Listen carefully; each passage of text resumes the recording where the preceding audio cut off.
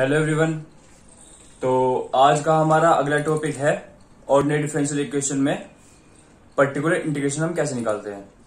तो अगर आपने कॉम्प्लीमेंट्री फंक्शन निकालना सीख लिया तभी आगे प्रोसीड करें इस वीडियो को, वरना आप अपनी प्रीवियस वीडियोस चेक करें और कॉम्प्लीमेंट्री फंक्शन निकालना अच्छे से सीख लें। तो आज हम सीखेंगे पर्टिकुलर इंटीग्रल कैसे निकालते हैं। इसे हम शॉर्ट फॉर्म में कहते हैं पीआई। तो अगर आपके पास एक फंक्शन गिवन है जिसे हम कुछ इस तरीके से रिप्रेजेंट करते हैं, हमने शुरू से सीख रखा है F of D dot Y equals to Q. तो कॉम्प्लीमेंट्री फंक्शन में हम क्या करते थे, ऑक्सिलरी इक्वेशन पहले लिखते थे, उसके बाद रूट्स निकालते थे और फिर उसका सीएफ निकालते थे। यहां पर्टिकुलर इंटीग्रेशन में क्या करेंगे, ये डिपेंड करेगा हमारी क्यू की वैल्यूज पर। जो पर्टिकुलर इंटीग्रेशन है वो मेनली हमारा करेगा क्यू की वैल्यूज पर डिपेंड। ठीक है। अब जैसे हमारा एफ ऑफ डी है, यहाँ पे क्यू है, तो जो हमारा पर्टिकुलर इंटीग्रेशन होता है उसे अगर हम देखो हर एक इक्वेशन इसी तरीके से रिप्रेजेंट होती है। ठीक है। तो जो हमारा पर्टिकुलर इंटीग्रेशन होगा वो होगा Q upon F of D. बस आपको याद रखना। अब डिफरेंट कंडीशंस पे पर्टिकुलर इंटीग्रेशन क्या क्या निकलता है, बस हमें वो सीखना। पर्टिकुलर इंटीग्रेशन बहुत ज्यादा इजी टॉपिक है और इसे मतलब आप अच्छी तरीके से कर भी सकते हैं। देखिए क्यू की वैल्यू डिफर हो सकती है। देखिए केस फर्स्ट देखता हूं मैं। केस फर्स्ट, जब हमारा क्यू होगा 0, अगर मैं यहां पे क्यू 0 रख दूं तो वहां पर्टिकुलर इंटीग्रेशन क्या आएगा 0। तो अगर किसी भी कोई भी फंक्शन इस तरीके से रिप्रेजेंट है, इस तरीके से जिसमें कि क्यू की वैल्यू 0 दे रखी है, तो उसमें हमारा पर्टिकुलर इंटीग्रेशन बिना सोचे समझे आप 0 कर देना। ठीक है। केस सेकंड देखें, क्यू की वैल्यू e की पावर ax प्लस b है। तो हम अब कैसे लिखेंगे पर्टिकुलर इंटीग्रेशन। तो पर्टिकुलर इंटीग्रेशन जो हो जाएगा वो हमारा हो जाएगा, ये क्यू की वैल्यू है, हमने कहा था क्यू अपॉन एफ डी, तो क्यू की जगह सब्स्टिट्यूट कर दीजिए ई की value A X plus B upon D का फंक्शन। मतलब कि अब इस डी को यहां पर जो डी है इसे हम रिप्लेस कर देंगे ए से, तो एफ ऑफ ए इस तरीके से आ जाएगा बस। और ये जो ए है ये एक्स का कोफिशिएंट, एक्स का कोफिशिएंट जो कि क्यू में है, ये हमें इस तरीके से करना ही पड़ता है। ये पर्टिकुलर इंटीग्रेशन का ये मान लीजिए रूल है। मैं आपको इस चीज के प्रूफ तो नहीं बता सकता क्योंकि प्रूफ हमारे इंजीनियरिंग मैथमेटिक्स में है नहीं, सिर्फ और सिर्फ हमें इसकी एप्लीकेशन से पढ़नी पड़ेगी।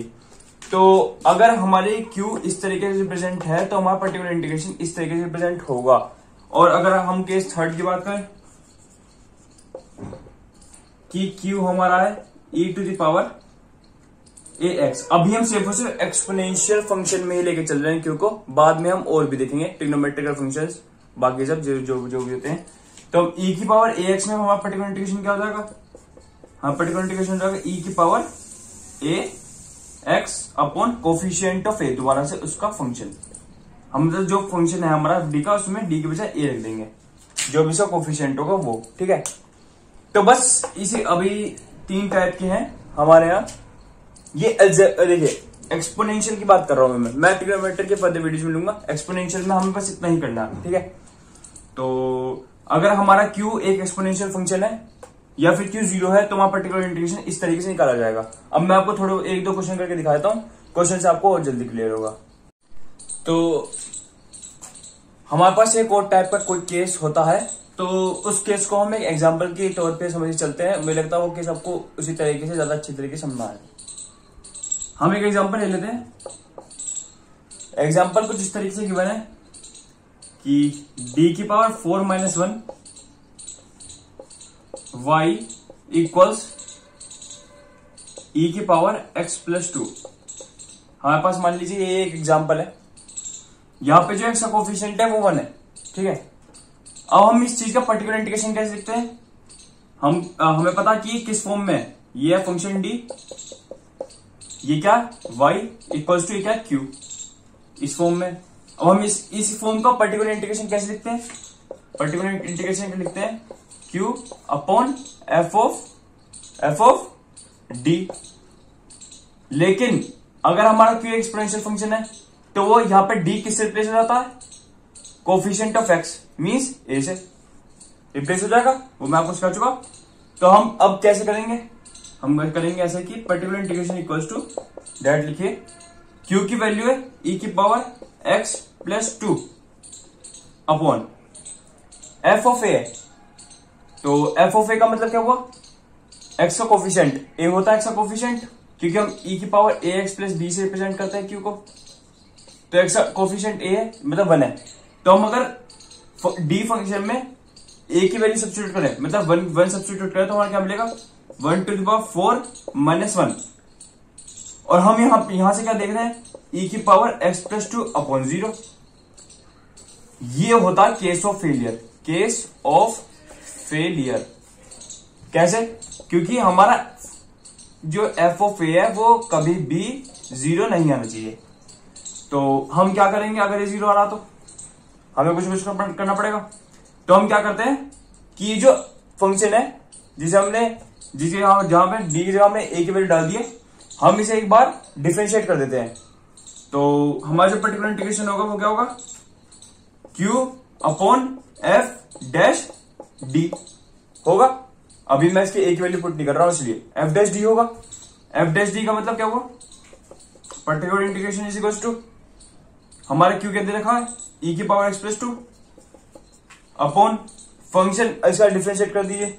तो डिफरेंशिएट करने के बाद क्या आएगा, ये हमारा फंक्शन है, इसे डिफरेंशिएट कर दीजिए, क्या आएगा 4d क्यूब आ जाएगा। अब जब हम इस तरह, ये एक तरीके से आप रूल मान लीजिए, जब भी हम इसे डिफरेंशिएट करते हैं, इस वाली लो आइटम को एफ फंक्शन ऑफ डी को डिफरेंशिएट करेंगे, तो हमारे यहां पर डिफरेंशिएट करने के बाद ही एक वेरिएबल x मल्टीप्लाई में चल जाएगा क्यू के साथ। अगर डबल बार डिफरेंशिएशन करेंगे तो x स्क्वायर हो जाएगा, 3 बार डिफरेंशिएशन करेंगे तो x क्यूब हो जाएगा। जब तक कोई वैल्यू ना आ जाए, जब तक 0 0 आएगा तब तक डिफरेंशिएट करते रहेंगे। जब कोई वैल्यू आ जाएगी तब उसे स्टॉप कर देंगे और उतने ही मल्टीपल ऑफ x यहां पर मल्टीप्लाई में आ जाएंगे। जैसे कि अगर मैं कहूं 2 बार डिफरेंशिएट करना पड़ेगा मुझे, और 2 बार डिफरेंशिएट करने के बाद भी वैल्यू 0 आ रही है, तो मैं 3 बार डिफरेंशिएट करूंगा, और 3 बार डिफरेंशिएट करने के बाद 0 आ रही है तो मैं 4 बार डिफरेंशिएट करूंगा, और 4 बार डिफरेंशिएट करने के बाद कोई एक वैल्यू आ रही है, मान लीजिए के, कोई भी वैल्यू आ रही है, ठीक है। तो मेरे यहाँ पे x की वैल्यू कितना हो जाएगी, x to the power 4 into Q upon f। 4 बार डिफरेंशिएट करा हमने और ये आ गया हमारा d, इस तरीके से आ जाएगा, ठीक है। ये हमारा आ जाएगा पर्टिकुलर इंटीग्रेशन, ठीक है। अब जब हमारे पास ये आई है, अब इसमें दोबारा क्या करिए, d को a से रिप्लेस कर दीजिए, फिर से कोफिशिएंट चेक करना हमें। तो a क्या हमारा v1 है, तो हम क्या करेंगे e की power x plus 2 upon d को जब कोफिशिएंट से रिप्लेस करेंगे x से, तो क्या आ जाएगा 4 इंटू 1 क्यूब, और ये कितना आ जाएगा e की power x plus 2 upon 1। Means हमारा इसका पर्टिकुलर इंटीग्रल आया e की पावर x बाय 2। इस वाले क्वेश्चन का पर्टिकुलर इंटीग्रेशन कुछ इस तरीके से निकलेगा। समझो आप लोगों को, मतलब कि एक तरीके से ये है कि अगर 0 आता है तो उसका डिफरेंशिएट करना उतने ही x का मल्टीपल q के साथ ऐड हो जाएगा। डबल बार डिफरेंशिएशन है तो x स्क्वायर हो जाएगा, 3 बार है x क्यूब हो जाएगा, जितने भी। एक तरीके से हम जनरल टर्म में कुछ इस तरीके से लिख सकते हैं, अगर आपका ये हो गया तो मैं मिटा रहा हूं। एक तरीके से जनरल टर्म में हम कुछ इस तरीके से लिख सकते हैं कि particular integration equals to x to the power n into Q upon f n d। जितनी बार भी हम इसका डिफरेंशिएशन करेंगे उतनी बार x का मल्टीपल q में ऐड हो जाएगा। तो अभी मैंने एक्सपोनेंशियल फंक्शन के क्वेश्चन लेकर चला हूं और मैंने इसे करा। अब आप इसे क्वेश्चन जहां तक बनाई देंगे, क्योंकि इसमें कुछ है नहीं, बहुत इजी चीज है। और अगर आपको अभी तक काम नहीं छोड़ते हैं, अगली वीडियो में और क्वेश्चन देखेंगे। तो अगर आपको वीडियो पसंद आई हो तो इसे मतलब लाइक करें, शेयर करें वीडियो को, और हमारे चैनल को सब्सक्राइब करें। Thank you.